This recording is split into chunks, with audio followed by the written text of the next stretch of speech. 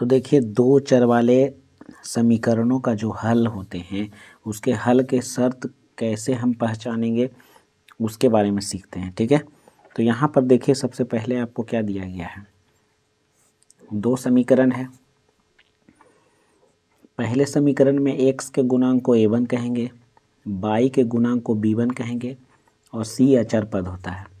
दूसरे समीकरण में x के गुणांक को a2 कहेंगे, y के गुणांक को b2 कहेंगे और c2 जो होता है अचर पद होता है। ठीक है, इक्वेशन 1 के लिए 1 1 और इक्वेशन 2 के लिए 2 2 लेंगे। ठीक है, तो यहाँ पर देखिए ध्यान से शर्त नंबर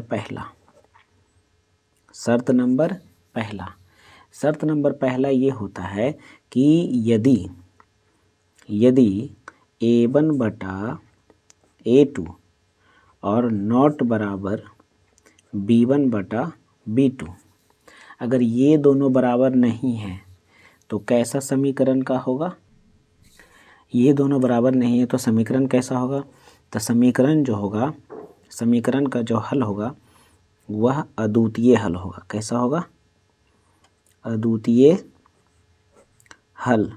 अद्वितीय हल को ही कहते हैं केवल एक हल, केवल एक हल। ठीक है, इसका ग्राफ भी जो बनेगा तो कैसा बनेगा, जैसे देखिए ये अक्ष है, ये है आपका y अक्ष है और ये है आपका x अक्ष, ये आपका x अक्ष है मूल बिंदु। तो इसका ग्राफ जो होगा कुछ इस प्रकार से कटेगा एक बिंदु पर। कितने बिंदु पर, एक बिंदु पर। तो एक ग्राफ जो देख रहे हैं, ये जो रेखा हम दो खींचे हैं ये एक बिंदु पर कटा है, तो इसमें आप कह सकते हैं अद्वितीय हल, माने दूसरा कोई हल नहीं। और इसमें आप कह सकते हैं कि यह प्रतिच्छेदी आलेख होगा, यह प्रतिच्छेदी आलेख होगा, प्रतिच्छेदी आलेख वाला होगा। ठीक है, अच्छा दूसरा और क्या है कि एक बिंदु पर कटा है तो यह संगत भी है। कैसा भी है, संगत आलेख है। अब संगत आलेख है तो संगत आलेख है तो बताइए जब संगत है तो विरोध इसमें है नहीं, तो ये लिखेंगे अविरोधी, अविरोधी आलेख, अविरोधी आलेख। ठीक है, तो इतने सारे जो पॉइंट्स हैं ये आपको एग्जाम में आते हैं और इससे रिलेटेड आपके ऑब्जेक्टिव भी आते हैं। तो ये आप समझ गए, जब a1 बटा a2 नॉट बराबर b1 बटा b2 तो उसका अद्वितीय हल होगा। अद्वितीय हल का मतलब होता है केवल एक हल। दूसरा होगा यह प्रतिच्छेदी ग्राफ है, यह कैसा ग्राफ है, प्रतिच्छेदी आलेख हो जाएगा, यह ग्राफ है। यह संगत है, एक बिंदु पर कटा है तो इसे हम संगत कहेंगे। अब जब संगत दोनों हो ही गया तो किसी भी प्रकार का विरोध नहीं है तो यह अविरोधी आलेख को दर्शाएगा। क्लियर है, ठीक। अब आइए स्टेप नंबर 2 देखिए क्या कहता है। स्टेप नंबर 2 कहता है कि a1 बटा a2 और बराबर b1 बटा b2 और बराबर इधर होगा नॉट बराबर c1 बटा c2। अगर आगे में a1 बटा a2 अब b1 बराबर b1 बटा b2 रहे, माने ये दोनों आपस में रहे बराबर, ये दोनों रहे आपस में बराबर, ये दोनों रहे आपस में बराबर, तो इसका आलेख कुछ इस प्रकार से होगा। देखिए ये इस प्रकार से जो है अक्ष हम पहले खींच लेंगे। ठीक है, एक अक्ष ये हो जाएगा आपका। तो ये दोनों आलेख जो है बराबर रहे बिल्कुल इस प्रकार से, तो दोनों आलेख का देखिए ग्राफ इस प्रकार से बनेगा। अर्थात इसको हम कहेंगे पहला कोई हल नहीं, कोई हल नहीं, कोई हल नहीं होगा। ठीक है, अब कोई हल होबे न करेगा, एक को बिंदु पर नहीं कटेगा तो इसको लिखेंगे असंगत, असंगत आलेख, माने पैरेलल ये चला जाएगा। ठीक है, दोनों समीकरण का ये जो ग्राफ आप देख रहे हैं ये पैरेलल चला जाएगा, असंगत हो जाएगा। ठीक है, दूसरा क्या होगा, अब बताइए ये जब मिल ही नहीं रहा है तो दोनों में विरोध है ना, तो इसको हम लिखेंगे विरोधी आलेख, विरोधी आलेख, विरोधी आलेख। तो ये जो है आपका 3 पॉइंट इसमें है मुख्य रूप से, तो इसको आप बढ़िया से देख लीजिए। कब ये होता है, जब a1 बटा a2 बराबर b1 बटा b2 रहता है और नॉट बराबर c1 बटा c2 होता है। ठीक है, ये आपका हमारा तीसरा पॉइंट हुआ। चलिए अब ये स्टेप नंबर तीसरा देखिए। स्टेप नंबर तीसरा कहता है ना कि A1 बटा A2 रहे बराबर B1 बटा B2 रहे बराबर C1 बटा C2 रहे। ठीक है, ये तीनों आपस में क्या हो, बराबर हो। तो इसका देखिए आलेख कुछ इस प्रकार से बनता है। ये आपका ग्राफ का जो हो गया, ग्राफ का ये खींच दिए। ठीक है, अब देखिए ये एक समीकरण का आलेख खींचे ना, अब इसी जो है इसी समीकरण पर एक और आलेख होगा। ठीक है, इसी प्रकार से एक और आलेख खींचेंगे तो दो आलेख जो होता है एक ही समीकरण पर है, तो इसको हम कहेंगे क्या, तो आश्रित। इसे हम कहेंगे आश्रित आलेख। आश्रित आलेख जब एक दूसरे पर आश्रित हो तो इसमें होगा अनंत हल। अनंत, इसके कितने हल होंगे, अनंत हल होंगे। ठीक है, तीनों जब बराबर रहे तो अनंत हल होते हैं इसके। ठीक, आश्रित है तो ये मुख्य रूप से दो पॉइंट आप बढ़िया से याद रखेंगे। ये अविरोधी है, विरोध नहीं करेगा, दोनों एक दूसरे पर ओवरलैप है इस प्रकार से। तो ये जो है देखिएगा अभी कुछ प्रश्नों को जब हम हल करेंगे तो उसमें काफ़ी जो है मुख्य भूमिका निभाएंगे ये सारे पॉइंट्स। ठीक है, तो इस पॉइंट को बढ़िया से नोट करके और देख लीजिए एक बार बढ़िया से। ठीक है, 2 से 3 नंबर जरूर आपको एग्जाम में इससे आएगा। तो चलिए शुरू करते हैं। प्रश्न नंबर पहला कहता है युगपत समीकरण, ये इतना दिया है इतना दिया। ठीक है, तो बताइए इसका संगत असंगत क्या है। तो देखो समीकरण ये पहला है, ये समीकरण पहला है और ये समीकरण दूसरा है। तो यहाँ पर देखो पहला के लिए हो गया A1 हो गया। ठीक है, पहला के लिए A1 है, ये B1 है और ये C1 है। दूसरा के लिए हो जाएगा क्या, ये A2 है, यह B2 है और ये C2 है। ठीक है, सभी हमको पता है तो सबको पहले लिखेंगे A1 बटा A2, तो 2 बटा लिखिए 4, 2 बटा 4 लिखिए। तो लिख लेते हैं 2 बटा 4 बराबर करिए।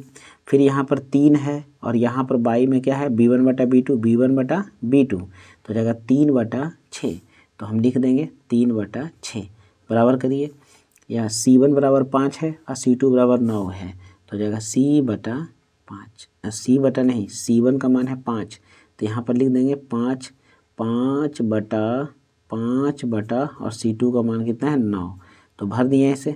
अब यहाँ से करके देखिए 2 दूना 4, 3 दूना 6, ये तो बराबर नहीं आ रहा है। ठीक है, तो यहाँ होगा 1 बटा 2 बराबर 1 बटा 2 और नॉट बराबर 5 बटा 9। अब गौर से देखिए आगे वाला दोनों बराबर हो गया ना, तो जब आगे वाला दोनों बराबर हो जाए तो अभी हम आपको बताए थे कि जब आगे दोनों बराबर हो जाता है, देखिए A1 बटा A2 बराबर B1 बटा B2। ठीक है, जब आगे दोनों बराबर हो जाते हैं तो उसके क्या होते हैं, कोई हल नहीं होते हैं, असंगत हो जाते हैं और विरोधी होते हैं, माने पैरेलल ग्राफ उसका खींचाता है। ठीक है, तो चलिए इसका सीधा आंसर क्या हो जाएगा जी, तो असंगत होगा, यानी एक भी बिंदु पर ये नहीं मिलेगा, असंगत ग्राफ इसका हो जाएगा। ठीक है, प्रश्न नंबर दूसरा देखिए कहता है 2 रैखिक समीकरणों के आलेख प्रतिच्छेदी हैं। समझिए, प्रतिच्छेदी का मतलब इस प्रकार से काट रहा है, माने एक बिंदु पर इसको क्या कर रहा है, काट रहा है। तब रैखिक समीकरण का युग्म का क्या होगा, तो जब प्रतिच्छेदी आलेख हो जाता है तो इसके केवल एक हल होते हैं ना, कितने हल होते हैं, एक हल होते हैं। कितने हल होंगे, एक हल होंगे। ठीक है, अगला प्रश्न देखिए कह रहा है कि 2 रैखिक समीकरणों के आलेख समानांतर हैं। जब पैरेलल इस प्रकार से आलेख निकल जाता है तो एक भी हल नहीं होता है। तो समानांतर रेखाएं हो आलेख में तो बताइए रैखिक युग्म क्या होता है, तो लिखेंगे कोई हल नहीं, एक भी हल नहीं, माने एक को बिंदु पर कटा ही नहीं, एक भी आंसर इसका नहीं होगा, यानी प्रश्न नंबर 3 का ऑप्शन नंबर पहला हो जाएगा। अगला प्रश्न देखिए कह रहा है कि समीकरण युग्म इतना दिया हुआ है, अब बताइए कि फिर से इसका आलेख कैसा होगा।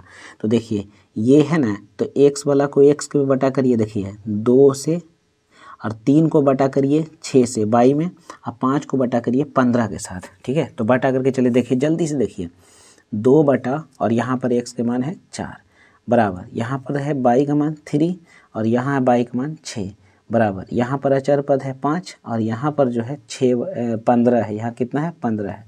काटिए 2 दूना 4, 3 दूना 6, 5 तिया 15, यहाँ पर आया 1 बटा 2 बराबर 1 बटा 2 और नॉट बराबर 1 बटा 3। अब गौर से देखिए ध्यान से ये तो बराबर आ गया लेकिन ये बराबर नहीं आया, ये दोनों बराबर है, गलती से ऐसे हो गया। अब यहाँ पर देखिए आगे में जब दो गो रहे बराबर, आगे में जब दो रहे बराबर तो इसका ग्राफ पैरेलल हो जाता है। तो यहाँ पर आप देखिए समानांतर हो गया, ये ऑप्शन नंबर पहले दिया है, कैसा हो जाएगा, समानांतर, यानी समांतर ग्राफ इसका हो जाएगा। ठीक है, अगला पॉइंट देखिए ध्यान से, कह रहा है कि समीकरण निकाय इतना दिया हुआ है और समीकरण इतना है, तो किस प्रकार के इसमें हल संभव है। तो फिर से उसी प्रकार से x में x को बटा करिए। चलिए यहाँ पर x है समीकरण में 5 और यहाँ समीकरण 2 में है 6, फिर बराबर करिए। यहाँ समीकरण 1 में है -3, यहाँ समीकरण 2 में है 22 के जगह पर कुछ नहीं तो कितना बचा, इसके गुणांक सिर्फ 1 है। ठीक है, फिर बराबर करिए। यहाँ पर अचर पद है 2 और यहाँ पर अचर पद है -2। अब काट के देख लीजिए क्या होता है। तो पीछे वाला तो कुछ नहीं, सीधा देखो -3y, तो आगे ही तो आपको देख रहे हो नॉट बराबर आ रहा है, पीछे जाने का जरूरत ही नहीं है। यानी a1 बटा a2 नॉट बराबर b1 बटा b2। पहला ही शर्त आपको लागू इसमें हो रहा है, तो पहला शर्त लागू हो जाएगा तो केवल कै हल लिखेंगे, केवल एक हल इसका होगा। कितना होगा, एक हल हो जाएगा। ठीक है, अगला समीकरण की ओर चलिए। कहता है समीकरण x बराबर -2y और इतना दिया हुआ है, तो कह रहा है कि एक हल हो तो k का मान ज्ञात करिए। तो आपको पता है ना, एक हल के लिए होता है a1 बटा a2 नॉट बराबर होता है b1 बटा b2। ठीक है, अब यहाँ से हल करेंगे। a1 का मान कितना होता है, कुछ नहीं था 1 है, और a2 का मान यहाँ कितना होता है 3 है, और नॉट बराबर बोलो b1 का मान यहाँ पर कितना है -2 है, और यहाँ b2 का मान कितना है तो केवल k है। अब यहाँ क्रॉस मल्टीप्लिकेशन आप जानते हैं, k को 1 से गुना करेंगे तो k हो जाएगा, बीच में नॉट बराबर 3 दूना 6 -6 होगा, यानी आपका आंसर होगा k बराबर इक्वल टू नॉट बराबर -6, यानी ऑप्शन नंबर आपका बी बिल्कुल सही आंसर है। अगला प्रश्न देखिए यहाँ पर दिया गया है, कहता है कि x, तो x का बटा x के साथ करेंगे। तो चलिए यहाँ पर कुछ नहीं तो 1 हो जाएगा, और यहाँ पर x में 3 गुना है तो बटा 3 कर लेंगे। ठीक है, यहाँ पर देखिए y के साथ 2 है तो 2 ले लेंगे, और यहाँ पर y के साथ कितना है तो 12 है तो 12 ले लेंगे। ठीक है, यहाँ अचर पद 5 है और यहाँ पर जो है अचर पद कितना है तो 10 है। अब यहाँ करो 1 3 हो गया, 2 से काटेगी तो 2 छक 12, 5 से काटिएगा तो 5 दूना 10। तो ये हमें लगता है कोई बराबर आपका नहीं आ रहा है, 1/3 और नॉट बराबर 2/6। तो देखिए आगे में ही आपका नॉट बराबर आ गया, a1 बटा a2 नॉट बराबर, सॉरी 2 तो ऊपर कट गया ना, यहाँ तो कुछ नहीं बचा, 1 बचा, तो a1 बटा a2 नॉट बराबर b1 बटा b2। तो आगे में ही तो नॉट बराबर है, तो पीछे क्यों जाएं। तो जब आगे में दोनों नहीं बराबर हो तो उसका सिर्फ और सिर्फ एक हल होता है। कितना होता है, एक हल, अर्थात इसका आंसर जो हो जाएगा उसका होगा एक हल। कितने हल, एक हल। अगला प्रश्न देखिए ध्यान से, कहता है क्या कि जो दिया गया है तब बताइए कि x और y का वैल्यू क्या होगा। x और y का आपसे वैल्यू पूछ रहा है, क्या होना चाहिए। ठीक है, ये समीकरण आपको दे दिया है। तो ऐसे प्रश्न को देखो बनाने से ज़्यादा आसान है मान भरना। तो ऑप्शन नंबर सी का मान भर के देख लो। x के स्थान पर यहाँ पर 3 भरेंगे तो 3 दूना 6, यहाँ 3 भर दो ना। अब देखो 3 दूना 6, और यहाँ पर y का स्थान पर 2 भर दो, 3 दूना 6, 6 जोड़ 6 12 देखो है। यहाँ पर मान भर दो, यहाँ पर 3 भर दो तो 3 तिया 9, और यहाँ पर भर दो 2 तो 2 दूने 4, यानी 9 में से 4 गया तो 5 भी आएगा, यानी ये भी आपका आंसर बिल्कुल सही है। सवाल नंबर 9 में आते हैं। यदि समीकरण इतना दिया हुआ है और इतना दिया, कोई हल ना हो, कोई हल ना हो, तो कोई हल ना हो तो क्या होता है, a1 बटा a2 बराबर b1 बटा b2 नॉट बराबर c1 बटा c2। जब यही होता है ना, जब एक को हल नहीं हो तो यही वाला शर्त इसमें लागू होता है।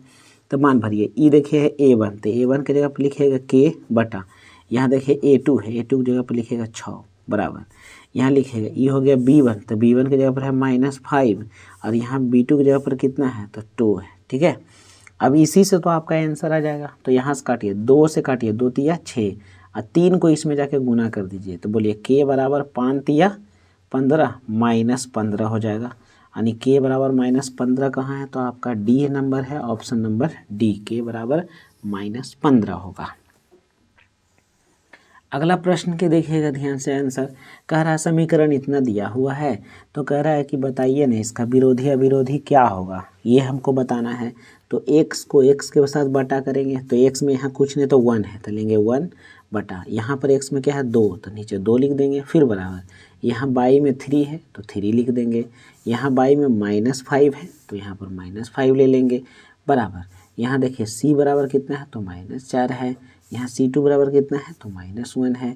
अब देख लेते हैं क्या मसला है। तो यहीं पर देखिए आगे में ही आपका नॉट बराबर आ गया, समझे ने ना, बराबर है दोनों। तो नॉट बराबर जब आगे में आ जाता है तो इसका मतलब होता है एक हल, और एक हल होता है प्रतिच्छेदी। कैसा होता है? प्रतिच्छेदी। यानी इसको हम कह सकते हैं अविरोधी। कौन विरोधी? जब मिल ही गया तो विरोध है नहीं, तो अविरोधी का लेख हो जाएगा। अगला प्रश्न है, देखिए कहता है दो चर में दो रैखिक समीकरण के हल अनंत होते हैं। दो चर में दो रैखिक समीकरण के हल अनंत होते हैं जब उनके आलेख कैसे होते हैं? तो समपाती होते हैं। जब एक ही ग्राफ पर दोनों का आलेख ऐसे खींचा हो, एक के लेने पर दो दो समीकरण का हो, तो इसी को हम समपाती बोलते हैं। क्या बोलते हैं? समपाती। अगला प्रश्न कहता है अनंत हल है तो के का आप मान ज्ञात करो। तो अनंत हल में तीनों तो आपस में बराबर होता है, तो इसमें देखिए x है तो यहाँ पर कुछ नहीं तो 1 है, और यहाँ पर देखिए x में कितना है तो 5 है, तो 5 लगा दिए, बराबर। यहाँ पर बाई में देखिए 2 है, और यहाँ पर बाई में देखिए तो क्या है तो k है, बराबर। यहाँ पर देखिए अचर पद है 3, और यहाँ पर देखिए अचर पद है कितना तो 15 है। अब इसको आप देखिए हल करें, किधर से भी हल करें, यहीं से हल कर लो ना, ज़्यादा आसान है। देखो के को यहाँ लाएंगे तो बच जाएगा के, और 5 को 2 से गुना करेंगे तो हो जाएगा 5 दूना 10, 5 दूना 10 हो जाएगा, 5 दूना कितना हो जाएगा 10। तो हमारा हो गया के इजकल टू कितना आंसर आएगा, के इजकल टू 10, यानी ऑप्शन नंबर आपका बी बिल्कुल सही आंसर होगा, के इजकल टू 10। अगला कहता है समीकरण 3x - y = 5 तथा 6x इतना देर है, तो के के लिए कोई हल ना हो, कोई हल नहीं हो, उसके लिए मान ज्ञात करना है। तो आगे वाला दोनों बराबर नहीं होगा, तो यहाँ से x में x को भागा दीजिए, 3/6, और बाई से बाई में यहाँ कुछ नहीं तो हो गया -1, और यहाँ पर कितना होगा तो हो गया -2, और ये नॉट बराबर है, ठीक है। और फिर यहाँ पर क्या दिल है तो बराबर, सॉरी जी, आगे में तो यहाँ पर बराबर होगा ही, जब कोई हल ना हो तो ये बराबर होगा, नॉट बराबर नहीं। अच्छा, पीछे हो जाएगा ये 5/k, 5/k, ये नॉट बराबर होगा, ठीक है। अब यहाँ से देखिए इसको हल कर लिए, माइनस से माइनस खत्म, तो ये दोनों को आप बराबर लेके बना लीजिए एक बार में आंसर, के यहाँ पर आ जाएगा, ठीक है, और ये इसमें जाके गुना होगा तो 5 दूना 10, तो नॉट बराबर होता है 5 दूनी 10, यानी के इजकल टू नॉट बराबर 10, यानी इसका आंसर जो होगा ऑप्शन नंबर आपका जो है सी हो जाएगा, बिल्कुल सही आंसर। अगला सवाल है, कहता है कि अगर समपाती हो, समपाती का मतलब ओवरलैप हो एक दूसरे पर, यानी तीनों बराबर हो, तो बताइए के का मान। तो बोलिए यहाँ पर x बराबर कुछ नहीं तो 1 है, यहाँ x बराबर 2 है, फिर यहाँ पर देखिए y बराबर 2 है, और यहाँ पर y बराबर क्या है तो यहाँ पर k है, फिर बराबर यहाँ पर देखिए ध्यान से अचर पद 7 है, और यहाँ पर कितना है तो ये 14 है, ठीक है। अब इसको आप देखिए ध्यान से हल कर लीजिए के का मान। चलिए ना, ये दोनों को आप बनाइए करके, क्रॉस गुना करेंगे तो के बराबर 2 दूना कितना हो जाएगा तो 2 दूना 4 हो जाएगा, यानी के इजकल टू 4, यानी ऑप्शन नंबर आपका सी बिल्कुल सही आंसर है।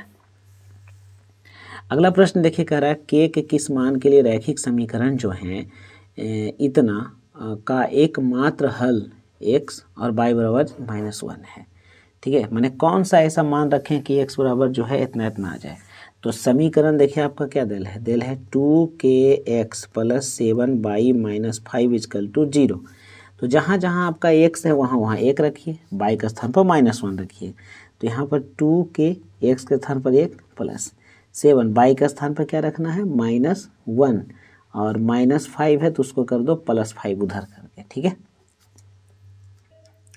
अब देखो ध्यान से इसमें हम कैसे करने वाले हैं, तो 2 के यहाँ पर तो आराम से होगा 2 के, और प्लस माइनस माइनस यहाँ पर 7 और बराबर यहाँ 5। अब इसको हल करेंगे तो 2 के इधर रहने दीजिए, -7 है तो उधर जाएगा तो क्या होगा 5 और +7। अब यहाँ पर देखिए ध्यान से के इजकल टू 7 5 12, 2 ने गुना तो 2 से इधर भागा देंगे, 2 से काटेंगे 6, अर्थात के इजकल टू 6 आंसर हो जाएगा, यानी ऑप्शन नंबर आपका सी बिल्कुल सही आंसर हो जाएगा।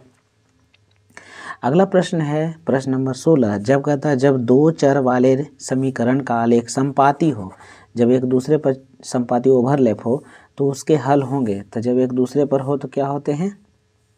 एक हल, दो हल, तीन हल। इनमें से कोई नहीं, इनमें से कोई नहीं होगा, क्योंकि इसका आंसर होगा अनंत हल। कौन हल? इसका अनंत हल होगा। ठीक है, इसीलिए इनमें से कोई नहीं होगा। समपाती आलेख का अनंत हल होता है। कहता है अगला प्रश्न, विरोधी समीकरण का युग्म कितने हल होते हैं? जब विरोधी होता है, विरोध का मतलब एकदम मिलवे नहीं करेगा, तो मिलेगा नहीं तो एक को हल नहीं होगा। विरोधी समीकरण के हल जो होते हैं एक भी नहीं होते हैं। प्रश्न नंबर 18। प्रश्न नंबर 18 क्या कह रहा है कि यदि रैखिक समीकरण का युग्म असंगत हो, मिला ही नहीं, असंगत रह गया तो उसे निरूपित करने वाली रेखाएं होगी। कैसी होगी? तो निरूपित करने वाली रेखाएं पैरेलल होगी। असंगत है, पैरेलल है, एक भी बिंदु पर नहीं कटेगा। अगला प्रश्न कह रहा है इतना दिया हुआ है तो बताइए कि इसके हल कितने होंगे, माने x और y का मान ज्ञात करने का रहा। तो इसका सही आंसर जो होगा ऑप्शन नंबर डी हो जाएगा। मान भर के यहाँ पर देख सकते हैं, यहाँ पर हम -2 मान भरेंगे तो 2 दूना -4 आ जाएगा, और ये 5 y बराबर 5 भरेंगे तो 5 या 15, 15 में से जो है 4 जाएगा तो 11 बचेगा। तो ऑप्शन नंबर डी इसका आंसर सही होगा। कहता है एक समीकरण युग्म जिसका कोई हल नहीं होता है, जिसका कोई हल नहीं होता है, बताइए जिसका कोई हल होबे नहीं करेगा, तो कोई हल नहीं होगा तो पैरेलल हो जाएगा ना ग्राफ जी। और ग्राफ पैरेलल हो जाएगा तो विरोध करते रहेगा, मिला तो है नहीं, तो ऑप्शन नंबर आपका 1 हो जाएगा। क्या हो जाएगा कि विरोधी आलेख हो जाएगा। जिसका कोई हल नहीं हो तो आलेख उसका विरोधी होता है। ऑप्शन नंबर ए हो जाएगा। ठीक है, चलिए अगला प्रश्न देखिए ध्यान से, द्विघात समीकरण से है। ठीक है, कहता है कौन सा द्विघात समीकरण है? द्विघात समीकरण छाटना, यानी जिस पर अधिकतम पावर 2 होना चाहिए वही इसका द्विघात समीकरण होगा। तो इसमें कौन सा द्विघात समीकरण? देखिए सबसे पहले तो ये रूट के अंदर है x, तो ये तो होगा ही नहीं। ये यहाँ लेंगे तो एलसीएम 2 दूना 4 है, पावर 4 हो जाएगा। यहाँ पर x का q है, तो बच तो हमारा ऑप्शन नंबर सी ही रहा। यही एक क्या है? द्विघात समीकरण का एक एग्जाम्पल है। ठीक है, अगला प्रश्न कर रहा है कौन सा द्विघात समीकरण नहीं है? कौन सा द्विघात समीकरण नहीं है? देखो इसमें द्विघात और इसको गुना हम मल्टीपल के, ये भी द्विघात। यहाँ पर देखिए ध्यान से, द्विघात ये वाला है, एलसीएम लेंगे तो x स्क्वायर से x स्क्वायर खत्म हो जाएगा। ये द्विघात आपका नहीं होगा। ऑप्शन नंबर बिल्कुल सी सही आंसर है। कह रहा है कौन सा द्विघात समीकरण नहीं है? इसमें भी आपको द्विघात समीकरण नहीं है वही चुनना है आपको। तो यहाँ पर देखिए x क्यू करेंगे तो ये भी कटेगा, तो ये दोनों तो द्विघात समीकरण है। चलिए ऑप्शन नंबर देखते हैं, ऑप्शन नंबर आपका सी देखते हैं क्या कह रहा है। तो चलिए ऑप्शन नंबर सी देखिए क्या कह रहा है। तो यहाँ स्क्वायर हम कर देंगे तो ये आपका हो जाएगा x स्क्वायर, ये भी द्विघात है। तो यहाँ पर देखिए जो है स्क्वायर करेंगे तो हमें बताना कौन सा द्विघात नहीं है। तो देखिए इसमें द्विघात समीकरण कौन नहीं है, तो ऑप्शन नंबर आपका डी हो जाएगा। ये द्विघात समीकरण नहीं है, क्योंकि स्क्वायर करेंगे तो यहाँ पर x स्क्वायर होगा, √2 बाहर निकलेगा, ये 2 से 2 खत्म हो जाएगा। ठीक है, तो यही द्विघात समीकरण नहीं है। कह रहा है इसमें से बताइए कि जो है यदि द्विघात समीकरण px² + 4x + 3 = 0, तो मूल समान है तो p का मान, तो मूल बराबर है। तो यहाँ पर सबसे पहले देखिए मूल बराबर हैं तो d = क्या हो जाएगा? 0 हो जाएगा। तो बताइए d बराबर होता है b² - 4ac बराबर 0। अब बोलिए b का वैल्यू कितना है? v का वैल्यू 4 है, तो 4 का स्क्वायर कर देंगे -4। a का वैल्यू कितना है? तो p है, तो p यहाँ रख देंगे, और इंटू सी का वैल्यू कितना है? तो सी का वैल्यू 3 है। अब इस बराबर 0। अब इसी को हल कर लेते हैं। ठीक है, तो जगह 4 चौके 16 -4 दिया 12p, ठीक है, बराबर 0। अब इसको हल करेंगे तो 16 यानी -12 है तो उधर हो जाएगा +12।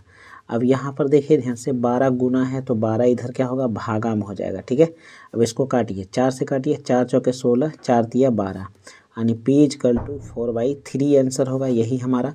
तो 4/3 देखिए ऑप्शन नंबर आपका बी में बिल्कुल सही है, ऑप्शन नंबर बी। अगला प्रश्न देखिए ध्यान से, कह रहा है कि यदि द्विघात समीकरण इतना दिया हुआ है और मूल समान है तो क्या होंगे? तो यहाँ पर गौर से देखिए, ये है a, ये है b और c की जगह पर c ही है, c की जगह पर तो c ही है, तो b स्क्वायर का मतलब होता है a स्क्वायर। देखो a स्क्वायर कहाँ है, तो इसमें है और इसमें भी है। 4b square minus 4ac, 4 a की जगह पर हो जाएगा bc, तो bc यानी ऑप्शन नंबर आपका बिल्कुल सही d हो जाएगा, ऑप्शन नंबर आपका d। ठीक है, क्योंकि a की जगह पर b है, तो यहाँ पर a की जगह पर देखो b है ना। अगला प्रश्न है, कह रहा है इसका घात बताइए। तो द्विघात में सबसे ज़्यादा पावर 2 ही होता है, तो ऑप्शन नंबर डी हो जाएगा, द्विघात का घात 2 ही होगा। कह रहा है इसके विवेचक ज्ञात करें। ठीक है, विवेचक इसके ज्ञात करने हैं, तो यह a है, ये b है और ये c है, तो विवेचक होता है d बराबर b स्क्वायर माइनस 4ac। तो बोलिए b का वैल्यू कितना है, तो b का वैल्यू यहाँ पर देखिए ध्यान से, यहाँ पर 2 दिल है तो 2 का स्क्वायर माइनस 4। a का वैल्यू देखिए कितना है, तो 3 है, तो 3 लिख देंगे, और c का वैल्यू देखिए यहाँ पर -1 है, तो -1 लिख देंगे। 2 दूना 4 है, माइनस माइनस हो गया प्लस, और 4 दिया हो जाएगा 12, तो 12 4 16, यानी ऑप्शन नंबर आपका बी 16 आंसर होगा। ठीक है, अगला प्रश्न कहता है द्विघात समीकरण इतना है तो इसका विवेचक क्या होगा। तो बोलिए ये है a और ये है b और ये है c, तो विवेचक होता है ना b स्क्वायर माइनस 4ac, है ना, d इजकल टू बराबर। तो बोलिए b का मान देखिए कितना है, तो -4, तो -4 का स्क्वायर कर देंगे, -4। a का मान कितना है, तो 2 है, तो 2 लगा देंगे, और c का मान कितना है, 3 है, तो 3 लिख देंगे। बोलिए 4 का स्क्वायर करेंगे, 4 चुके 16, माइनस 4 दूनी 8, 8 दिया 24, 8 दिया 24। अब इसको घटाएंगे तो कितना होगा, घटाने पर -8 आएगा, यानी ऑप्शन नंबर आपका 1 हो जाएगा। अगला प्रश्न कह रहा है कि यदि मूल वास्तविक और समान हो तो मूल क्या होते हैं। तो मूल समान होते हैं। अब मूल समान होते हैं जिसका फार्मूला जो होता है, यानी x का फार्मूला होता है -b/2a, तो b के स्थान पर देखो b है, तो -b सही है, 2a के स्थान पर यही है, तो -b/2a ऑप्शन नंबर सी बिल्कुल सही हो जाएगा, यही आंसर हो जाएगा। अगला प्रश्न कहता है द्विघात समीकरण इतना दिया हुआ है तो विवेचक क्या होगा। तो फिर से वही, ये है, ये b है और ये c मान लीजिए, तो b स्क्वायर माइनस 4ac निकालना है ना, d इजकल टू बराबर। तो बोलो b का मान देखो कितना है, -5, तो -5 का स्क्वायर कर दिया, -4। a का मान कितना है, तो कुछ नहीं, तो 1, और c का मान कितना है, तो 4। अब इसको स्क्वायर करेंगे तब बचे 25, 4 चौके 16, तो ये कितना हो जाएगा, 9 हो जाएगा आपका आंसर, और ये ऑप्शन नंबर आपका बी बिल्कुल सही जवाब 9 होगा। अगला प्रश्न देखो, कह रहा है कि इसका विवेचक हमको ज्ञात करना है। तो इसका विवेचक ज्ञात करेंगे, देखो ये हो जाएगा a, ये है b और ये है c, तो फार्मूला होता है d equal to b square minus 4ac। तो यहाँ पर b के स्थान पर देखिए कितना है, तो -2 है, तो यहाँ -2 का मान भरेंगे, स्क्वायर कर देंगे, -4। a का मान कितना है, तो 3 है, और c का मान कितना है, तो 1/3 है।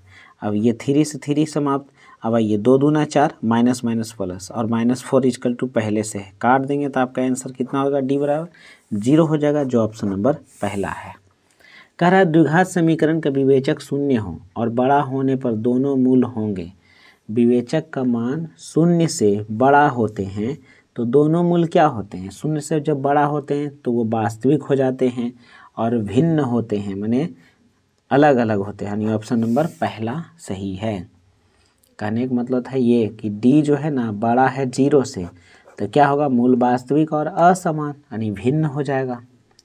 अगला प्रश्न है, कहता द्विघात समीकरण इतना दिया गया है तो मूलों की प्रकृति कैसी होगी।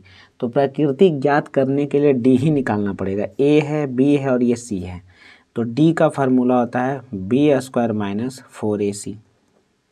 b का मान देखो यहाँ x में कुछ नहीं तो 1 है जी, -4। a का मान देखो यहाँ कुछ नहीं तो 1 है जी, और c का मान कितना है, तो -1 है। आइए 1 माइनस माइनस यहाँ पर प्लस हो जाएगा, ये 4, तो 4 1 5, 4 1 5, तो d का वैल्यू जो है ना वह 0 से बड़ा आ गया ना, 0 से क्या आ गया, बड़ा आ गया, तो 0 से बड़ा आ गया तो वास्तविक है और असमान है, 0 के बराबर नहीं है, वास्तविक और असमान है। अगला प्रश्न कह रहा है कि k के मान के लिए द्विघात समीकरण के मूल समान है। अब k का मान ज्ञात करना है, अब द्विघात समीकरण के मूल समान है, तो d इजकल टू 0 आ गया। अब यहाँ पर देखो d बराबर था b square minus 4ac equal to 0। अब बोलो b के स्थान पर क्या है, तो 3k है, तो यहाँ पर 3k का स्क्वायर कर देंगे, -4, ए के स्थान पर क्या है तो 9 है तो यहाँ 9 रख देंगे, ठीक है। अच्छा सी के स्थान पर क्या है तो 4 है तो यहाँ 4 रख देंगे इक्वल टू 0। अब यहाँ से इसको हल करिए, 3 का स्क्वायर करेंगे 3 3 9 के स्क्वायर। अच्छा ये वाला जो माइनस है ना उधर भेज दीजिए, सारा प्लस हो जाएगा। 4 × 9 × 4 सारा उधर भेज दिए, पॉजिटिव हो गया। 9 से 9 काट दीजिए। अब यहाँ पर देखिए के स्क्वायर है तो रूट ऐसे करिएगा तो 4 × 4 अंदर चला जाएगा। अब ये बाहर निकलेगा तो हो जाएगा +-4, यानी के का मान +-4, यानी ऑप्शन नंबर आपका बी सही आंसर हो जाएगा। अच्छा अब अगला सवाल देखिए, कह रहा है मूल वास्तविक और समान है। मूल वास्तविक भी है और समान है, तो अर्थात यहाँ भी लगेगा d = 0।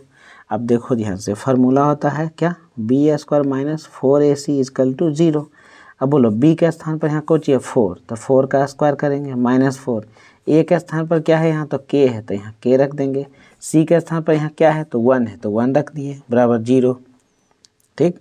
अब यहाँ से हल करेंगे तो 4 चौके 16, इन्हें -4 है तो उधर चल जाएगा तो +4 के हो जाएगा। 4 से काटेंगे 4 चौके 16, यानी k = हमारा आंसर आ जाएगा 4, तो k = 4, ऑप्शन नंबर आपका डी। अच्छा एक चीज़ और देखो, बिना बनाए हुए इस प्रश्न को बना सकते थे।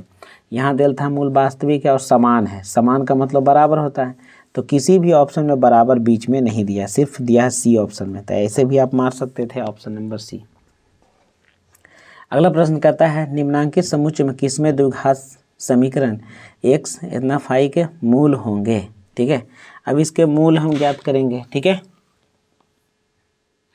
तो देखिए इसका मूल हम ज्ञात करेंगे, x² - 5 = 0 ले लेते हैं। अभी x² को हल करेंगे तो माइनस तो इधर प्लस हो जाएगा। अब यहाँ देखिए x निकालेंगे तो अंदर √5 आ जाएगा जो प्लस माइनस में है। अब √5 जो प्लस माइनस में है ये कैसी संख्या है तो अपरिमेय संख्या, ऑप्शन नंबर आपका सी हो जाएगा। कहता है द्विघात समीकरण इतना दिया गया है, ठीक है।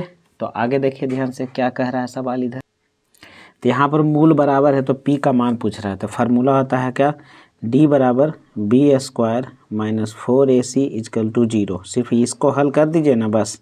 तो बोलिए b का मान कितना है तो -p, तो -p का स्क्वायर कर दीजिए -4। a का मान देखिए तो कुछ नहीं तो यहाँ 1 है, और यहाँ पर देखिए 4a, c का मान यहाँ पर भर दीजिए तो 4 यहाँ हो जाएगा = 0। अब ये देखिए p² का p², ये माइनस के उधर प्लस चल गया, 4 × 4। ये बताइए स्क्वायर हटेगा तो यहाँ रूट चढ़ेगा ना, तो इधर देखिए करिए, p को इधर रूट चढ़ा देंगे तो 4 × 4। अब इसको हल करेंगे तो कितना हो जाएगा 4, तो p का मान देखिए 4 हो जाएगा। ऑप्शन नंबर p का मान +-4 करेंगे क्योंकि रूट से बाहर निकला है, तो इसका सही आंसर हो जाएगा +-4, यानी ऑप्शन नंबर आपका बी हो जाएगा। अगला कह रहा है कि मूल वास्तविक है और बराबर होने के शर्त क्या हैं। अगर मूल वास्तविक है और बराबर होने के शर्त क्या हैं तो देखिए ध्यान से, तो होता है d = 0 और d का मान होता है v² - 4ac = 0। अब मान भरिए, देखिए यहाँ पर b है ना जी, चलिए थोड़ा सा देखिए आपको हम बड़ा करके दिखाते हैं, ठीक है। तो यहाँ पर गौर से देखिएगा ध्यान से, यहाँ पर देखिए b का स्थान पर b है और c का स्थान पर -c है, और a के स्थान पर देखिए a है, ठीक है। तो अब दिख गया होगा आपको, तो चलिए इसको जल्दी से हल कर लेते हैं। तो कहता है क्या कि जब इसको हल करें तो b के स्थान पर b² - 4, a के स्थान पर तो a ही है और c के स्थान पर -c है, ठीक है, बराबर 0। तो हल करिए तो b² - +4ac = 0। तो देखिए ये ऑप्शन आपका कहाँ है, b² + 4ac = 0, यानी ऑप्शन नंबर आपका पहला ही मिल जाता है। ऑप्शन नंबर पहला ही आपका सही आंसर है। चलिए अगला प्रश्न देखिए ध्यान से, कह रहा है कि इतना के मूल समान हो, निम्नलिखित में कौन सा कथन सत्य होगा। तो मूल जब समान है तो d = 0, यानी b² - 4ac = 0 हो जाएगा। तो चलिए सबका मान भर देते हैं। देखिए b के स्थान पर b है, -4a और c का स्थान पर c। कहने का मतलब जो लिखा गया ये चुपचाप यही वाला आंसर आपका होने वाला है। तो देखिए ऑप्शन आपका कौन, अच्छा बराबर भी करना है, b² तो -4ac तो उधर होगा +4ac, b² + 4ac आपका सही आंसर ऑप्शन नंबर बी, ठीक है। अब अगला प्रश्न देखिए ध्यान से, कर रहा कि मूलों का योग का मान ज्ञात करिए। ये पिछले लेसन का आ गया, मूलों का योग माने होता है अल्फा प्लस बीटा बराबर होता है -b/a। तो बोलिए b के स्थान पर कितना है जी, तो 2 है तो -2, और ए के स्थान पर कुछ नहीं तो 1 है तो 1 लिख देंगे, यानी सीधा -2 इसका आंसर होगा। तो ऑप्शन नंबर आपका 1 होगा बिल्कुल सही आंसर। ठीक है, तो इसको बढ़िया से आप देख लीजिए पूरा वीडियो।